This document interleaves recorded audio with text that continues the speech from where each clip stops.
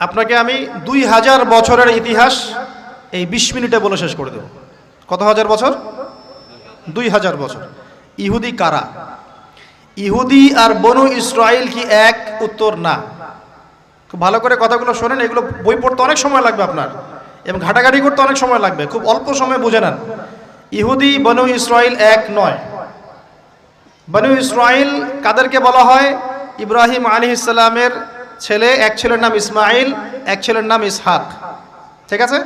ইসমাইল আলাইহিস সালাম থাকেন মক্কায়, সেখানে তাকে কেন্দ্র করে একটা সভ্যতা।